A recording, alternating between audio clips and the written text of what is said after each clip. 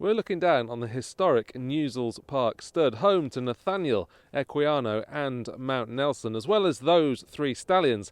There's a plethora of broodmares. Amongst them, Legatissimo was born right here, of course, the UK 1000 Guineas winner this year. There are plenty of big names down there, so let's go and have a look around.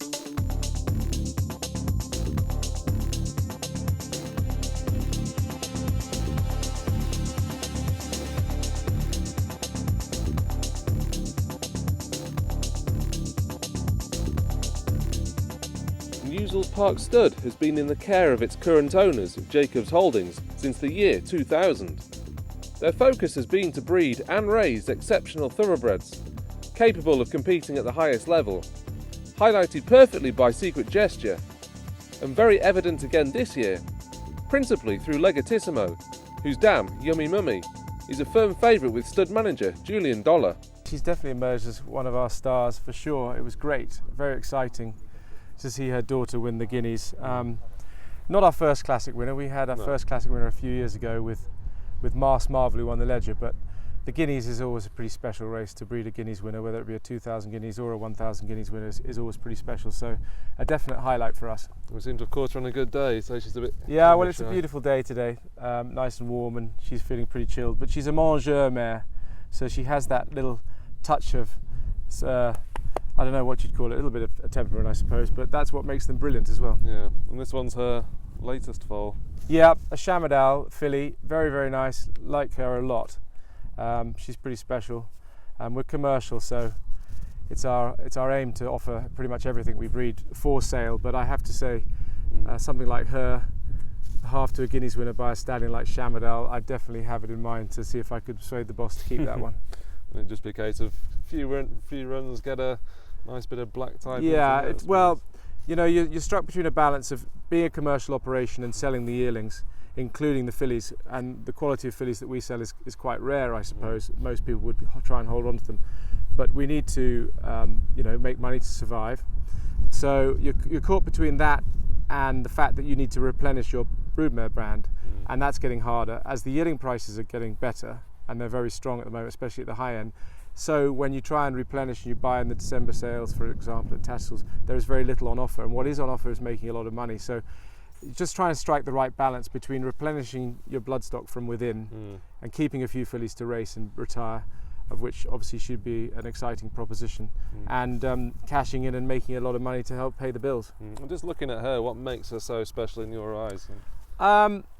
Look, I'd be a liar if I said that the fact that she's a half sister to a group to a classic winner didn't help. But I think she's a very attractive filly. She's got good strength. She's good size. She's well balanced with a proper amount of bone. She's a pretty filly. Shamadal's a great stallion. I think if you had a criticism of Shamadal, you might sometimes say he can throw you quite a plain-looking horse. The combination of this mare, who's a very attractive mare, and him has produced a horse that's an attractive filly. So I think she's got pretty much everything going for her. When you see her walk, she's athletic. She really hasn't got too many negatives to her. Preparations for the yearling sales were in full flow during our visit. The one who particularly caught the eye was a filly by Redute's choice, out of Yummy Mummy. She would make 725,000 guineas at the recent October yearling sales, and all the time and effort taken to get her to the ring was clearly vindicated. This is getting ready for our harvest, if you like. That's really how I can best describe it. This is where the vast majority of our income comes from selling yearlings. Obviously the stallions bring us in some income and the sale of other bloodstock, but it's primarily yearlings that we do. So we've got two big American barns that hold 30 horses each, and this one is pretty much full at the moment, although largely empty because they're all out having a little bit of R&R in the paddocks. But we prep the horses for Deauville, Doncaster and Baden here, the early ones, and then we have a couple of horses that are going to go to later sales for whatever reason. Actually, these two girls are nice, two well-bred fillies. They're in because they were getting a little bit too fat. Okay. So they're not very happy with life because they're on a bit of a diet at the moment. And you want them to go to the sales nice and yeah, you know, they have to look the part. You know, they have to be fit, healthy and happy. This is a Redute's choice out of Yummy Mummy, so it's a half to Legatissimo, bred along a similar line. Obviously Redute's choice is by Danehill. Legatissimo is by Danehill Dancer, who's by Danehill. So very similarly bred, and obviously we hope that she'll be of interest to to buyers in October. And then the next door filly is another nice filly. She's actually a Street Cry filly, Street Cry who, brilliant stallion who's no longer with us sadly. And she is a half sister to Secret Gesture, who won the Middleton Stakes this year and was second in the Oaks. And she's a lovely, lovely filly. And Street Cry over Danehill mares has an incredible strike rate, something like 20% stakes winners to runners. So I'm excited about her. I think I'd love to keep her. To be absolutely honest with you, I would really love to keep her, because I think the strike rate is such that you couldn't ignore it, and she's a nice individual too. But as I say, she's destined for the sales as well in October in Newmarket. And just talk us through some of the time and effort that needs to go into preparing these fillies and colts indeed for the sales, because they've got to be fairly streetwise, don't they, when they get there? They do. They have to be well handled. They have to look the part.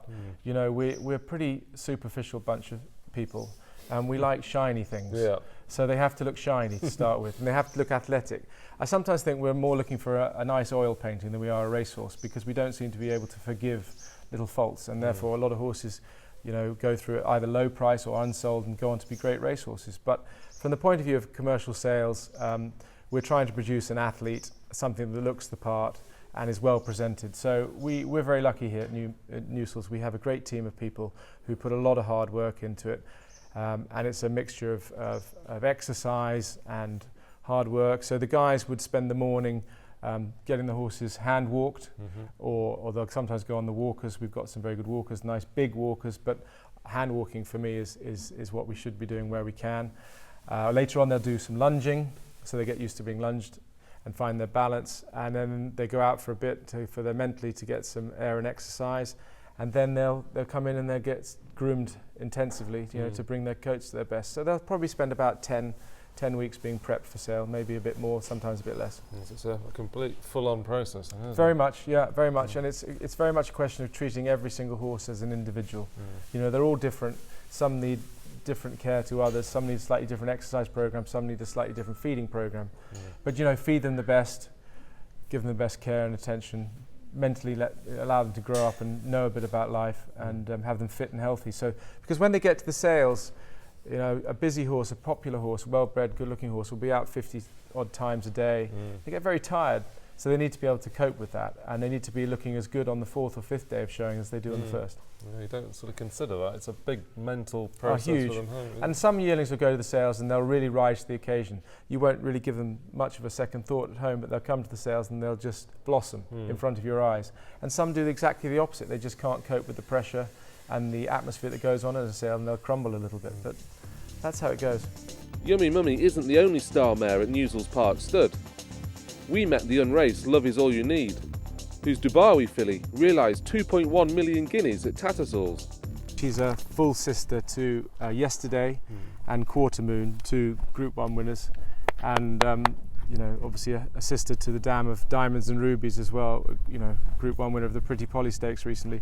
So she's a very well-bred mare, lovely family. So again, one of those precious commodities in your broodmare band.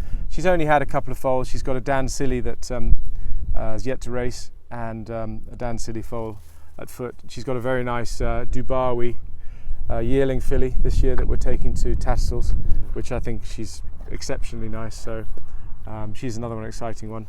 And again, another one of those tough ones where your heart says you'd love to keep them and race them, and hopefully have them as a broodmare, because I think Dubawi fillies are going to be exceptionally exciting as broodmares.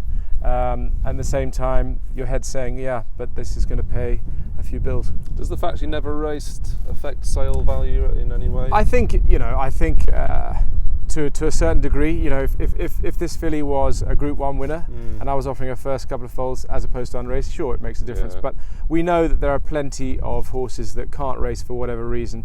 This filly had an accident in training as a 3-year-old and was prevented from racing. So I think we know there are horses that can't race for whatever reason, and they go on to produce Group 1 winners. So I think as a broodmare, she'd be worth more at this stage as a proven racehorse. But from our point of view as a broodmare, I think she's got a lot of things going for her. So we're optimistic and excited about her. And she's perfectly fit and healthy now. Yeah, she is. Yeah, She's a nice looking mare. She's producing exciting looking foals. She hasn't really had a chance to get anything on the racecourse yet, so it's all in front of her, but it's exciting. Was it nervous times as well when you see their offspring on the racecourse? Of course, because I mean, on the as soon as you see them come out of the mare, you're making judgments. As soon as they arrive, you're thinking, is she going to produce you a nice looking foal? Is it going to be a racehorse? And then you spend the next 18 months to 24 months rearing them and making them look as perfect and as best an athlete as you can, and then you send them off to somebody else because you sell them and they're out of your hands. And of course, then you see them on the racecourse and you're desperate just for them to show something and look like a exciting racehorse. So it's always nerve-wracking, and it's out of our hands being commercial breeders because we take the money but then we lose the choice. Yeah, I mean, we're in some fantastic surroundings here as well. I mean, that must help with these, foals and yearlings. Yeah, I think obviously from our point of view, our job as stud is to give them the best environment to thrive and grow into being athletes. So it's a constant thing from the day they're born, is to managing their growth, their development, their nutrition, giving them the best pasture to develop in, and the land is absolutely critical. Newsells has a history of producing good horses. On this part of the stud, this is the oldest part of the stud, and the person who first started the stud was a gentleman called Sir Humphrey de Trafford, and he bred a King George winner here and a Derby winner here in the late 50s. So we know that the land's got a proven track record, and of course from our point of view, we've been able to breed a couple of classics winners in the last few years as well, so that's encouraging. To complement the vast array of high quality mares, Newsells Park Stud also houses 3 stallions, chief amongst them Nathaniel, who pushed Frankel close on his debut before enjoying his finest hour when landing the 2011 King George. They race up with a furlong to go. On the far side, Nathaniel, near side is Workforce, wearing him down now, followed then by St Nicholas Abbey as they race up now with 100 yards to go. Workforce is heading to the outside rail. It's now Nathaniel in front, and Nathaniel has gone on to win it convincingly. He's a son of Galileo who's obviously pretty much the best stallion in the world, and whose sons are doing very well. He's beautifully bred. His dam has produced 8 group or stakes winners, and he himself was a fantastic racehorse. Not only did he win the King George and the Eclipse, but he was remarkably consistent every time he ran. And I think the quality of him as a racehorse and as a pedigree, it stands out for itself. And we were able to get together a number of people behind the horse. We had the Rothschilds who bred him, who are wonderful breeders, and we ourselves took a large chunk, and then we syndicated a lot of him to many of the best owners and breeders in Europe, and indeed some very good ones in America too. So he's got incredible strength of support, and that means that those people are committed to supporting him with some of their best mares, and they're going to race those horses. They're going to care for those foals and those yearlings, and they're going to put them into training with the trainers they want to put them into. And one of perhaps our weaknesses as a commercial breeder is that we produce these nice horses, but once we've sold the horse, we have no choice as to where it goes. We might know the family particularly well and say this trainer might really suit this horse, but other people don't have that benefit. I think that's one of the secrets to success of these wonderful breeding operations like Juddmonte or Cheveley Park, where they can care for those horses and take them from foals, yearlings, and into training. So that's hopefully an advantage for Nathaniel. And his foals were very well received. They're good-looking, good-walking animals. So we hope. And it's going to be an exciting time the next couple of months, because of course his yearlings will go through the ring. That's the next big test. Absolutely. We have to promote him very much so, but I think from what I've seen of our own yearlings and those of other breeders, they really stand out for themselves. The reports we're getting both from breeders and sellers and the sales companies like Tattersall's, who've been and seen many of them, is very, very positive on them, very high on the Nathaniel. So I'm really excited about what he might do. And naturally, being a 1.5 mile horse, already finished second to Frankel as a 2-year-old, do you expect them to be late maturing sorts? I think so. I mean, as you pointed out, he was a pretty decent 2-year-old. If you look at his mark, when he finished second to Frankel, they were both going lickety-split. Okay, first starts, I'm sure they weren't wholly tuned. They were both from real classic trainers in John Gosden and Sir Henry Cecil, so they wouldn't have been tuned up to win first time out. But I know they both came into that race with a high reputation. So he was a decent 2-year-old, a very decent 2-year-old. I'm sure he'll get his share of 2-year-old winners. But No, I don't. I think most people would like to see them reaching their peak as 3-year-olds. I think that's really where their niche will be. Only the nose of Daydream prevented Nathaniel from following up in the King George a year later. And there is a certain irony in the fact Daydream is now housed at Newsells Park.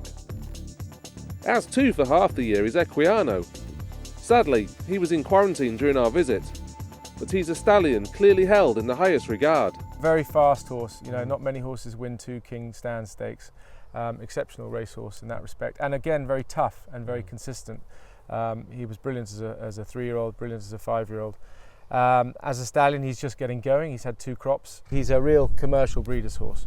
Speed, precocity, very much a neat, well put together foal and yearling. So he appeals to those breeders who want to sell as foals or are commercial and selling as yearlings. Do you think speed's becoming more popular again now? So we've had the 3-year-old races at Royal Ascot, etc. Yeah, I think there was very much a need for that 3-year-old sprint. It's very tough for 3-year-olds to win sprint races, and I think there was very much a need for that.